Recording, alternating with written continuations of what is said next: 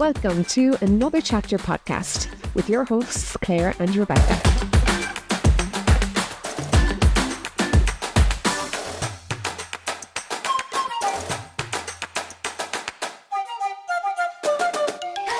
Welcome to Season 3, Chapter 5 of Another Chapter, the podcast.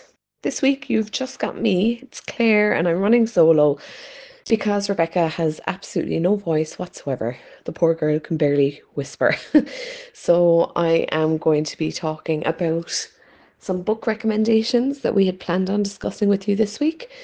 Recently on our Instagram page, we asked people to send in requests through a question box looking for specific book recommendations, and we got some very extremely specific book recommendations, so thank you very much for those. I took 3, Rebecca took 3, and we were going to discuss them this week. So I'm going to discuss my 3. I'm not going to get into Rebecca's because I think she'd like to explain them to you herself. So I'm going to get started. One of the recommendation requests was for a cozy Christmas read. Last December was the first year that I ever intentionally sat down and read Christmas books for December, and it was absolutely gorgeous. Myself and Marianne, who you might know on Instagram as Books with Doots, we set up a post with loads of different Christmas reads, and I made my way through a good few of them. Someone who I read last year that I'd never read before was an author called Sarah Morgan, and she writes very summery books and also very Christmassy books. So I picked up, as my first Sarah Morgan read, The Christmas Book Club, and it is an absolutely gorgeous book. It's about 3 friends who live in different areas in America who meet once a year, and they're called the Hotel Book Club because they meet once a year and they travel to a hotel for a week and they spend the week catching up on life and discussing the book that they had chosen to read, which is a very, very lovely thing to do and something that I would absolutely be game ball for myself. But this particular year they had to postpone their trip and they decided that they would do it at Christmas instead. So they find a really gorgeous hotel. Well, it's an inn actually in Vermont, and it's called the Maple Inn, I think, and the Maple Sugar Inn, sorry. And it's being run by a 28-year-old widow, and it's just picture perfect. If you think of like the most picturesque Christmas scene, this is what you are being described as you read the book, and it is absolutely gorgeous. So it's very cute, it's very sweet, and the 3 friends, they're called Erica, Anna and Claudia, and they meet Hattie, who is the owner of the inn, and they all just form this absolutely gorgeous friendship, and it is divine. It is just such a lovely book to curl up with a glass of wine or a cup of tea and just immerse yourself in the cozy vibes. It's very feel good, very sweet, like sugary sweet, too sweet to some to some extent. Like everything is a nice happy ending, which is what you kind of want at that time of the year anyway. But it's not cheesy. It's not too cheesy to be true, if that makes sense. It's just a really gorgeous read. So that is one that I would absolutely recommend. I also read another 2 of Sarah Morgan's Christmas books last Christmas as a result of loving the first one. So you can see some of them over on my feed if you want to take a look. But that would be the book that I would recommend for a cozy Christmas read, alongside Holiday Romance by Catherine Walsh, who we had on for an interview, our very first author interview in season 1 of this podcast. And Holiday Romance is just absolutely fantastic. I really, really enjoyed it. There's very few people, there's nobody actually really, who has matched the banter and sarcasm and wit of Catherine Walsh for me. And I just absolutely adore her work. So I would absolutely go and check that one out as well if I were you. The second prompt that I have taken is someone was actually looking for a book recommendation that would fit the prompt that we have on a reading challenge for a book involving a natural disaster. So we have 2 reading challenges on the go at the moment on there. You can kind of follow them over on the story graph if you have that app. They're also on our highlights down on our Instagram page as well. So a book involving a natural disaster is one that I had kind of been racking my brains over as well, because personally, books about natural disasters kind of freak me out, because they're based on factual things that have happened, like earthquakes or tornadoes or flooding and stuff like that, and they can be a bit scary. But after talking to some friends, I was told that the Spanish influenza is considered a natural disaster. So I have read The Pull of the Stars this year by Emma Donoghue, which is all about the Spanish flu, which affects Irish people coming home from World War One.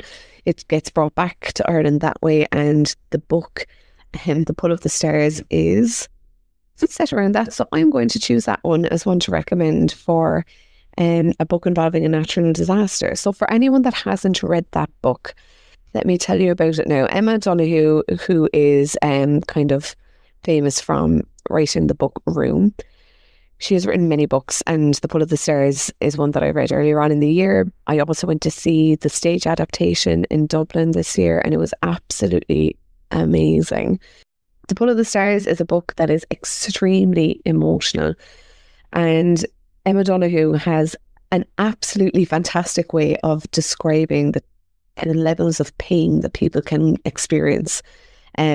So it is set on a very small scale. We've got a maternity ward, and we've got a nurse called Julia who's working in the maternity ward, and she gets the help of a volunteer called Brady Sweeney.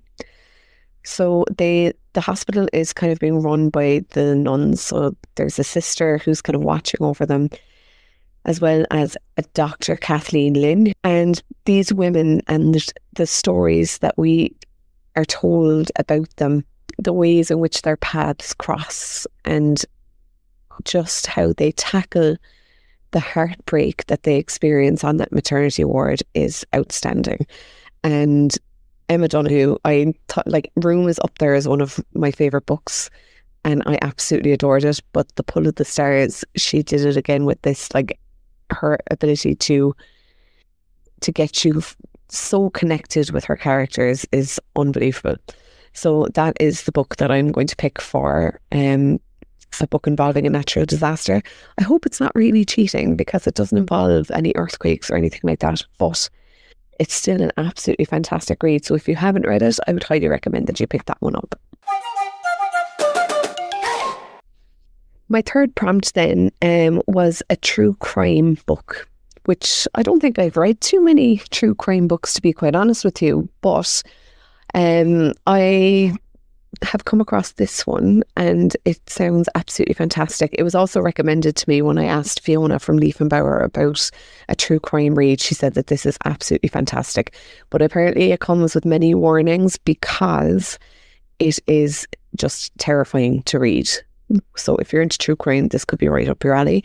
It's called I'll Be Gone in the Dark, and it's by an author, Michelle McNamara, who was an investigative journalist in America. She was pretty much obsessed with the Golden State Killer and poured through any transcript, newspapers and everything to try and get her head around who this person was and how they were getting away with it. He perpetrated 10 murders and then disappeared. So he never got caught. Some of the best detectives in the country were unable to figure out who he was. But Michelle McNamara, anyway, she basically figured the whole thing out. She started writing a book about it. She died before she finished writing the book. The book was published, and they subsequently found the person who was guilty.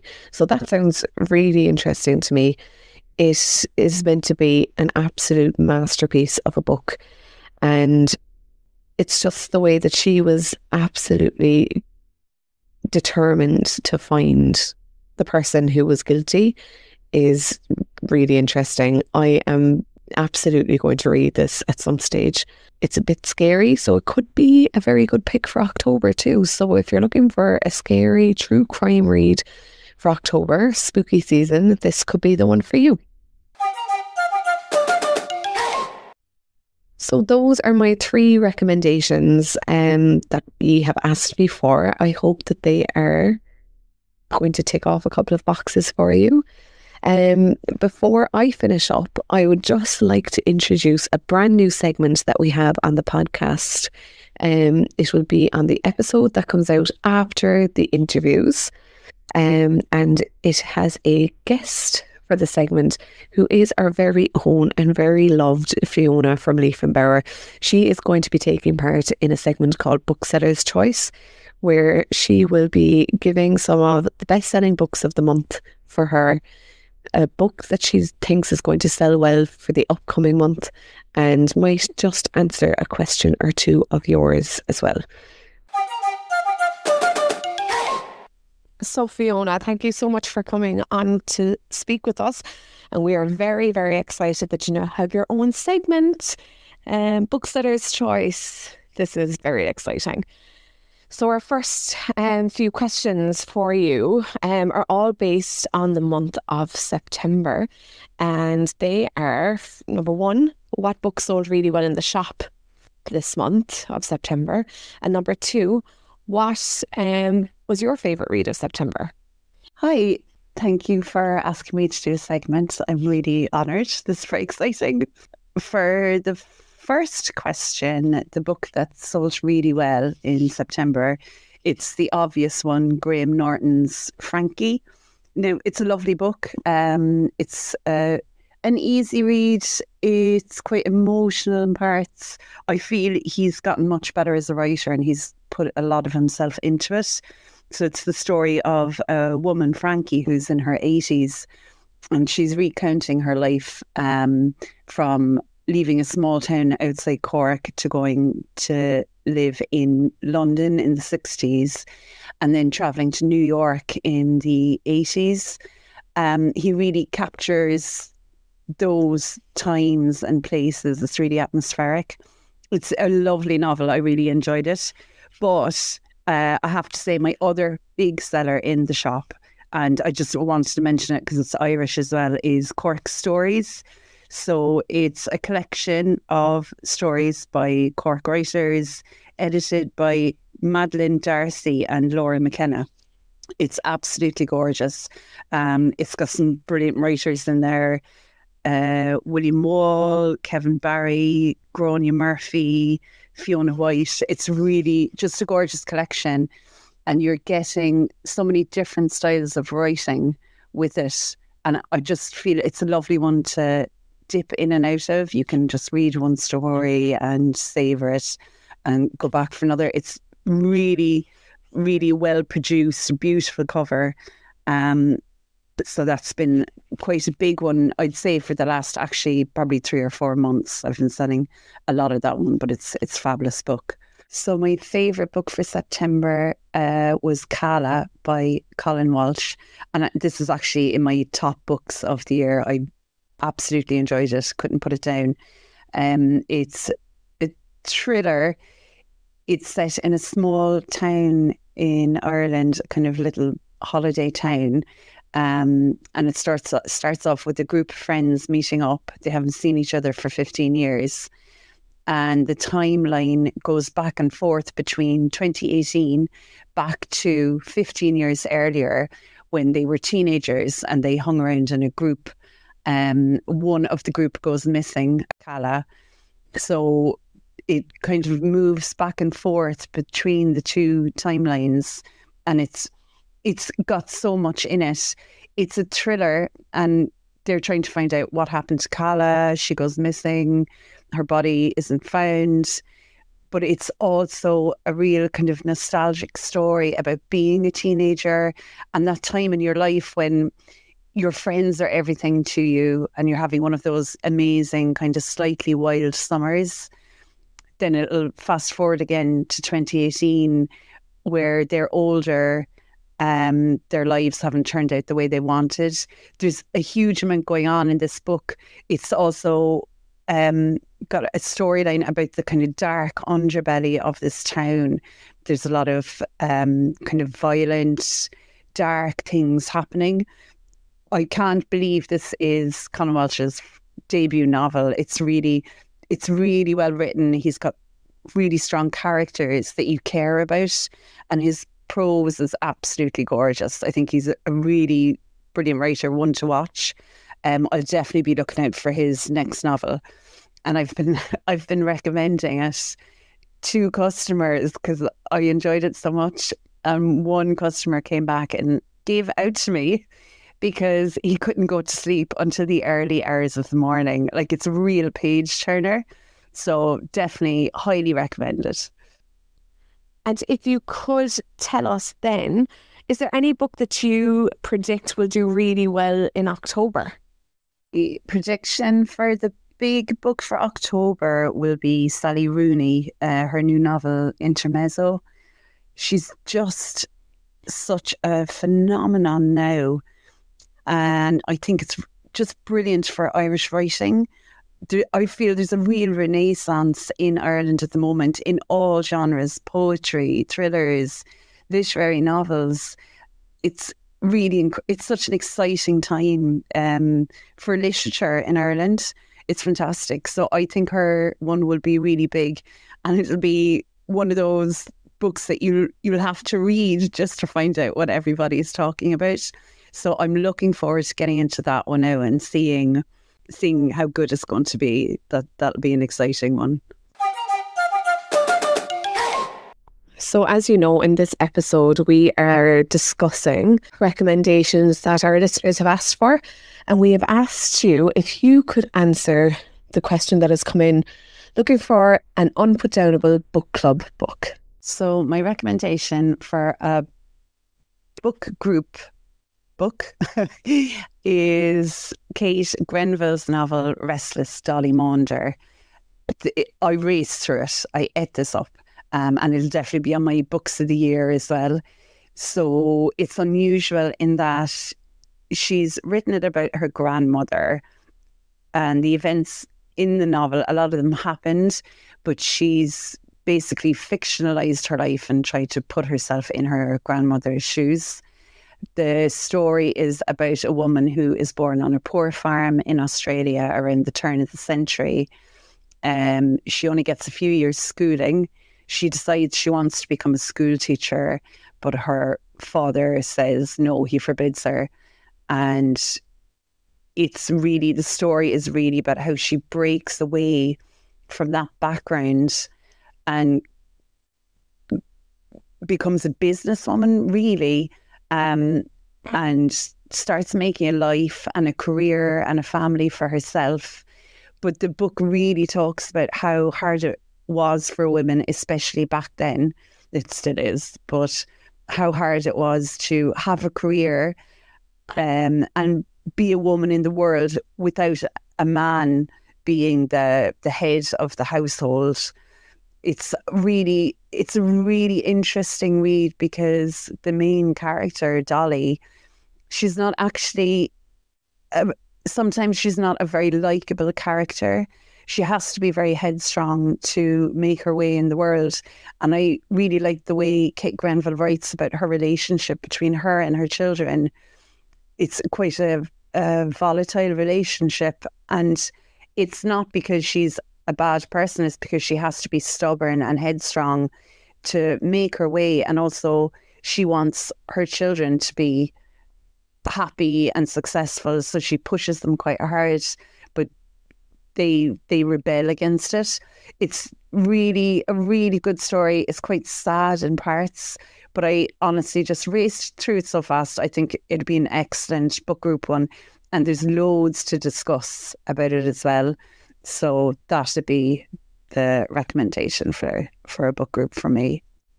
Thank you so much, Fiona, for coming on for your very first segment of Bookseller's Choice. And we hope that you, our listeners, have enjoyed it as well.